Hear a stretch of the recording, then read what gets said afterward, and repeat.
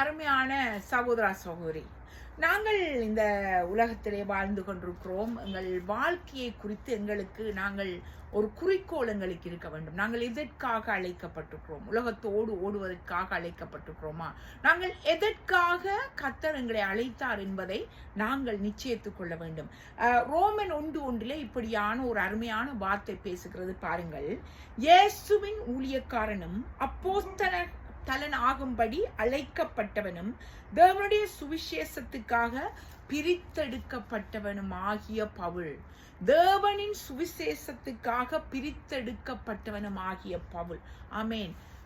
பவுல் சொல்லுகிறார், நான் தேவனின் சுவிசேஷத்துக்காக பிரித்தெடுக்கப்பட்டேன். ஆம் சகோதரா சகோதரி, நாங்கள் கூட பிரித்தெடுக்கப்பட்டவர்கள். எதற்காக? தேவனின் சுவிசேஷத்தை இந்த உலகத்துக்கு கொண்டு செல்வதற்காக நாங்கள் பிரித்தெடுக்கப்பட்டிருக்கிறோம்.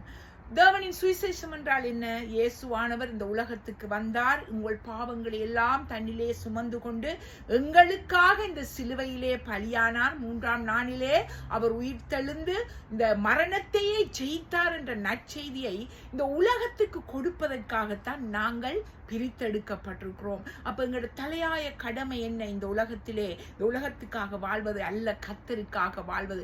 அப்படி வாழும் போது பாருங்க, அப்படி கர்த்தரின் சுவிசேஷத்தை மற்றவர்களுக்கு நாங்கள் சொல்லும் போது என்ன எப்படி இருக்குமாம் என்று பாருங்கள். என்ன ஒரு அருமையான இதை பாருங்கள். ரோமன் 10 பாருங்கள். ரோமன் 10:15 இப்படி சொல்லப்பட்டிருக்கிறது. அனுப்பப்படாவிட்டால் எப்படி பிரசங்கிப்பார்கள்? சமாதானத்தை கூறி நற்காரியங்களை சுவிசேஷமாய் அறிவிப்பவர்களுடைய பாதங்கள் எவ்வளவு அழகானவைகள் என்று எழுதப்பட்டிருக்கிறது. பாருங்க, அந்த சுவிசேஷம், அந்த தேவனுடைய ராஜ்யத்தை குறித்து நாங்கள் மற்றவர்களுக்கு சொல்லும் போது, அதற்காக நாங்கள் ஓடும் போது எங்கள் இந்த கால்கள் அழகானவையாம் என்று சொல்லி இந்த வேதத்திலே சொல்லப்பட்டிருக்கிறது. அப்போ உங்களை பற்றியும் என்னை பற்றியும் இந்த வேதத்தில் என்ன சொல்லப்பட்டிருக்கிறதாம்? எங்கள் கால்கள் பாதங்கள் அழகானவைகள். ஏனென்றால் நாங்கள் கர்த்தருக்காக பிரித்தெடுக்கப்பட்டவர்கள்.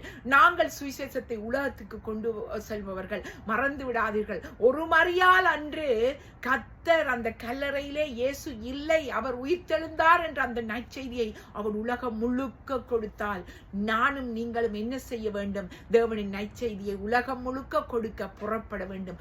ஆயத்தமாங்கள், புறப்படுங்கள். ஆமேன், ஆமேன், ஆமேன்.